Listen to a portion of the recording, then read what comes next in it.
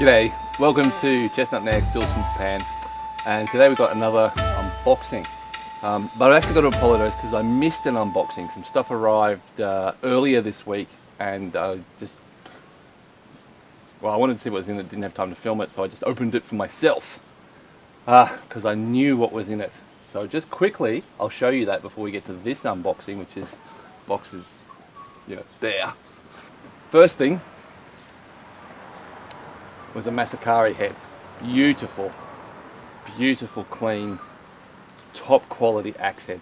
Like if you look at some of the detail, it's just so... None of the GoPro footage from this shoot worked. It was all corrupted. Another box has arrived, so today I'm going to open that.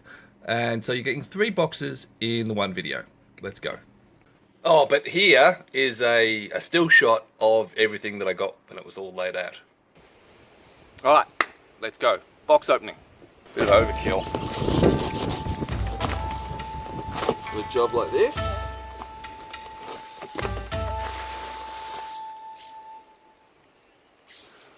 Right, well, I think we might have a few knives in here. Well, that is a mighty fine Deba. But it looks like it's almost, oh no, it's not stainless steel. Oh, it could be, but it's laminated. It's very shiny, so maybe it could be a stainless steel body with a tool steel lamination. That would be fancy.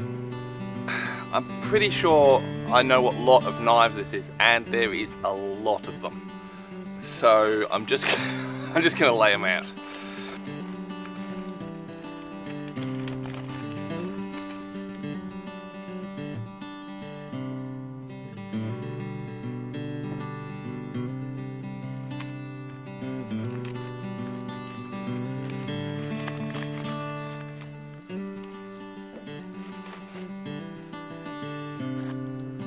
So I think that's the last of the knives. Now that they're all out, I think they're all out.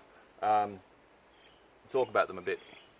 Of particularly fine quality is this one. Now it's a modern blade, but look at this buffalo horn ferrule.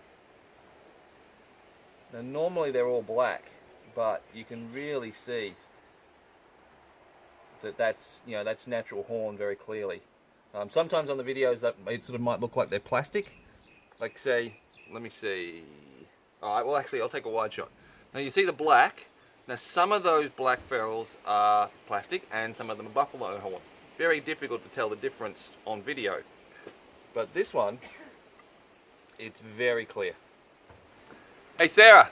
Yeah? Come have a look at the pretties. This also is particularly gorgeous, this one. Now look at the lamination there. That almost looks like a katana, the way it's been done. That is just stunning. What do you think? Cool. What? If all of you who don't know, Sarah is a little short. Hi! Maybe I should stand on the slightly uphill side, and maybe I should adjust the camera. The other thing I've got to do, I've got to hurry because it's looking very grey. Could be some rain coming. Look, what do you think of those? I like this one. Isn't it gorgeous? Yeah. Yeah, well, this is all stock. But look at this one. Now this one it's a modern blade. This is an industrial produced blade, which doesn't mean... It means it can have very good using qualities, yep, but not so much for collecting. But the quality, look at that. It's beautiful. That is a beautiful blade. That is a beautiful blade. But look at this one. This is exceptional. Oh, sorry, I'm taking them off you. Look, you look at that one. Now again, look at the lamination marks. Yeah. You can see. I think I'm focusing on the background. Can you put it down on the leather? You can see. I'm just looking at it. Well, you can pick it up again, but see that lamination mark? That is gorgeous. Again, the buffalo horn ferrule. It's very well made. That's a much older knife. You can see the laminations in the forge weld there. Stunning. And this one's pretty good too. Although the ferrule, he's got a cheap ferrule. The blade looks stunning though. Now, oh, geez, that's a good one too. I like this one. This one's pretty. Yeah, the sort of purpley horn. Now, when I've been selling these at auction, I think for the Australians, the Yanagiba style sells really well. People really bid those up. But they don't seem to bid for the Deba. And while these are beautiful knives and they're fabulous, I think the Deba is a much more useful knife and a much more versatile knife. I think it's a matter of people getting used to using something different, because I prefer this one. Yeah. I find that one easy. I like the long blade. It's more like the typical chef's knives that people are used to using. The length of the blade, whereas this one here, it is shorter and fatter, and therefore you've got to use it differently. People aren't used to using short, fat knives. Yeah, whereas I love using clevers, So and I love the because balance of these. Exactly, so therefore you would be more familiar and Yeah. like to use that. So someone who's more likes a cleaver will probably enjoy that style, whereas someone who likes a chef's knife is probably more likely to go for something like this. Yeah, because I love my knife like this. Yeah, I use a cleaver for Everything. everything. Yeah, chopping up meat. And when I say Veggies. chopping up meat, I'm talking like finely slicing meat for Stir fry. stir fries and so on. And also, if you get onto YouTube, well, you're on YouTube because you're watching this video. I'll put a link in the description below of a guy using one of the Deba to fillet I think it was a kingfish. Okay. But he's a master with the knife, and it shows you, because like a lot of people don't think of the Deba as a filleting knife. They think of the Yanagiba as the filleting knife. Well, the Yanagiba can be used to fillet, but often it's used to remove the skin from the fillet after the Deba has removed the fillet from the fish. But anyway, I'm going to put all these aside now and get into the rest of the box. What? What's that face for? You haven't got one. I have a belly. Look. So you have to. Can you see that? No, you can't see that. Sarah. She loved me. Yeah, but not that much. Oh. Hey, Sarah. Please. You haven't made me a coffee this morning. Sorry, I'll be your dog eyes. Get you nothing. I'm not. This is not. This is commanding, stern husband. Make me a coffee, wife. Look. This is life going. Forget it. Hang on. So if pathetic doesn't work and authoritarian doesn't work, what am I supposed to do to get a coffee? Alright, what's next? This is on the top, and it is odd in shape. Oh wow! You see the iron is seriously curved. It's got this inserted block here to close the mouth, I presume. Like, I've seen planes that'll do the same job, but I've never seen one made this way. Bye, Annalise! That's cool. This feels like a Kanna.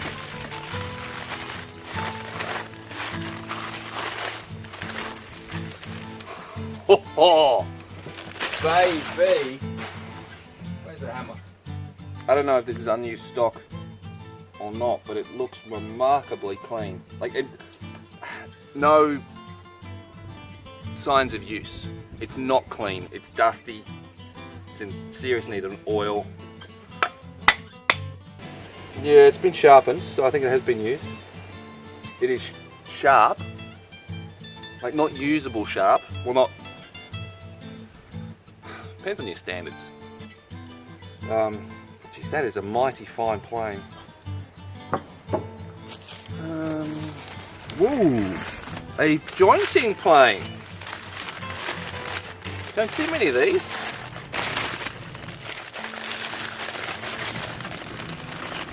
Look at the length on that. So this is a standard length Kanna. Feels quite different hitting this to get the blade out because there's so much more heel on the plane back here compared to what I'm used to. It's got a very different feel as you're striking it to remove the blade. Wow. Interesting lamination detail. So I got surface rust. Underneath that the blade looks flat and well polished, but there's going to be all little pits underneath all this rust. Yeah. You never can tell. Until you remove the rust, you never can tell. Some things look minimal and then you get the rust off and it's god awful. Sometimes things look god awful, you get the rust off and they're actually not that bad. Holy cow. I'd forgotten about this one. Look at this.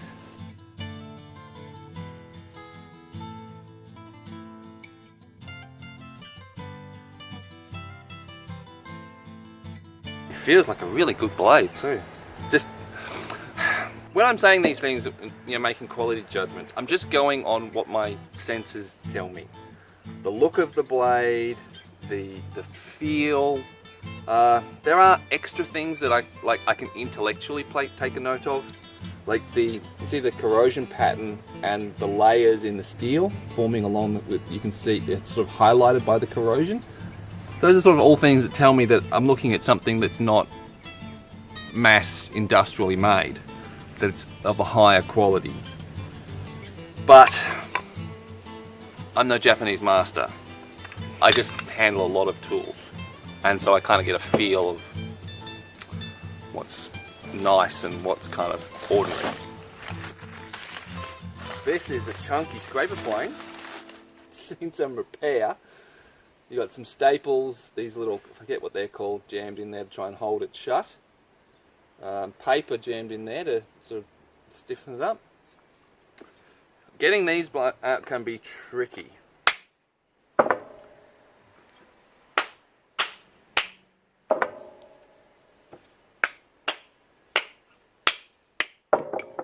But not in this case.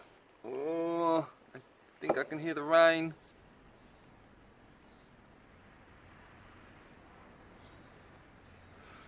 Right, I think we're going to have to stop here and move inside. Well, I'm in my storage container now, out of the rain.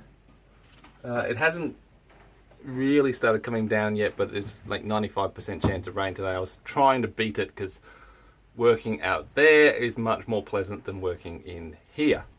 But anyway, moving on. The lighting here isn't too flash.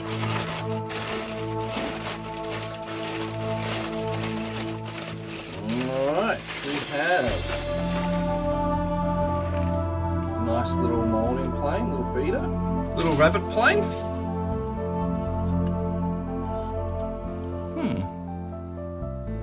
Now I've seen this sort of cranked chip breaker before, but there's two different holes to accept the different the iron and the chip breaker. But I've never seen this little divot, this sort of stamp detail which pushes a burr so that the chip breaker and the blade stay aligned. That's interesting. Alright, we have a mess of chisels. Some of these look like they could be good, some of them maybe not so much. So I think I'll do the same thing I'm going to do with the knives. I'll pull them out and then see what's worth talking about. Look, some of these are stunning. Like, for example, yeah, look at this one. Serious, this is a serious mortising chisel. Carpenter's mark on the handle, as in, I think that's the owner's mark. There's a little bit of rust here on the surface, just not a lot. That's a mighty fine chisel, even though the edge is ragged, it needs to be redone. Needs some work, but it's a very nice chisel still. This Suki Nomi, or Japanese slick, I don't know how it got to this state, but that is just... Look, it's a solid chisel. There's minor pitting on the back. The ura looks like it's kind of gone, mostly. but you wouldn't know until you sort of gave that a polish. Again, but the rounded edge, no big deal because it's just replacing the bevel, and yeah, so that's a good chisel. Not brilliant, but good. But then you sort of contrast that with, say, this one, which I think is also where this, yeah, the hoops come from. Hey, what the hell? What has someone done to that to break it? Well, these are some good entry-level chisels for someone. This will get them started. They're not going to pay a lot for them. There's quality steel here, but not quality condition.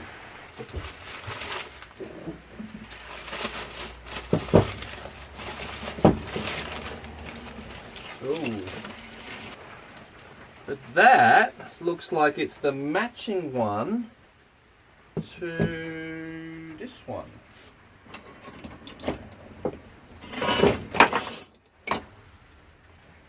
Yes, indeedy. They're a match set. Alright, getting to the cool stuff. Now, these are tools that I've seen quite a bit of, but I've never managed to get one. Person who sold this, see the shine, right? That's been produced by a wire wheel, and it polishes the rust. It doesn't really remove the rust. It removes a bit of the rust, but it really just polishes the rust. So underneath all of that is the steel. So, and what you're looking at there, that brown shiny coating, is just polished rust. And again, that's why I use electrolysis, to show you the condition, the real condition of the tool. Now for a collector, sticking this on the wall, no big deal. The rust that's there will continue to eat away at the steel because it will be absorbing moisture from the air, transferring that back to the steel. The steel will be rusting further. So for a collector who truly cares about what they're keeping,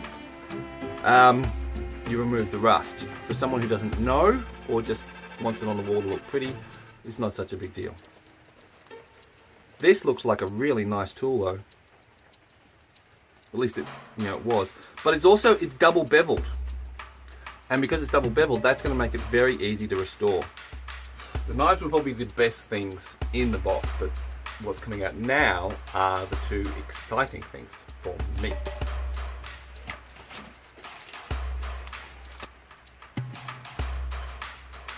Japanese ads. Fortunately with Japanese ads, they're double beveled, easy to restore. This one looks like it's been rather rusted up. Left sitting in something there. Okay, and I'm not going to know how good this one is until I clean it up. There's just too much rust on it. So yeah, you'll have to see that in the next video where I'll post some after shots. But we have another one. It's a plum branch handle. Head comes off. Yeah, and again, it's just too much rust to see what's there. But again, because the Japanese ads are double beveled, it's quite easy to restore them. It's just like a falling axe. Because it's double beveled, it has to be really, really bad before it's not restorable. Whereas a single beveled chisel, hewing axe, knife, a lot of the Japanese knives are single beveled, you get too much damage on that flat bevel and it just takes forever to fix. Yeah, that's it. So, I hope you enjoyed this unboxing, and well, 3 unboxings really, although you only really got to see the sneak peeks of the previous 2. A bunch of these things that I'm selling as buy it now listings, they're already up on eBay and available now, particularly some of the new chisels that I got from the previous box. There's a whole bunch of auction listings going up tonight. In fact, when I say going up tonight, I've actually already put them in and they're scheduled to be visible to people at 8:30 tonight, Australian time, Eastern Australian time. But right now, I'm going to pack this lot up, get it sorted out, and get this video edited so you can see it, and then I'm going to come back out here and get some of those knives listed for sale, and probably some Kanna as well, because at the moment it's mostly chisels and odds and ends and stuff. Oh, and the other thing that I just haven't had time for is I've got a whole stack of specialty woods to get up for sale. So I'll just grab the camera and I'll show you. So up here I've got some blackwood and some red ironbark, which could be good for dye. I've got white oak and red oak book matched knife scales. Oh, and I've got a whole stack of blackwood, grey box, red ironbark knife scales as well. Got a bunch of teak cut for box making.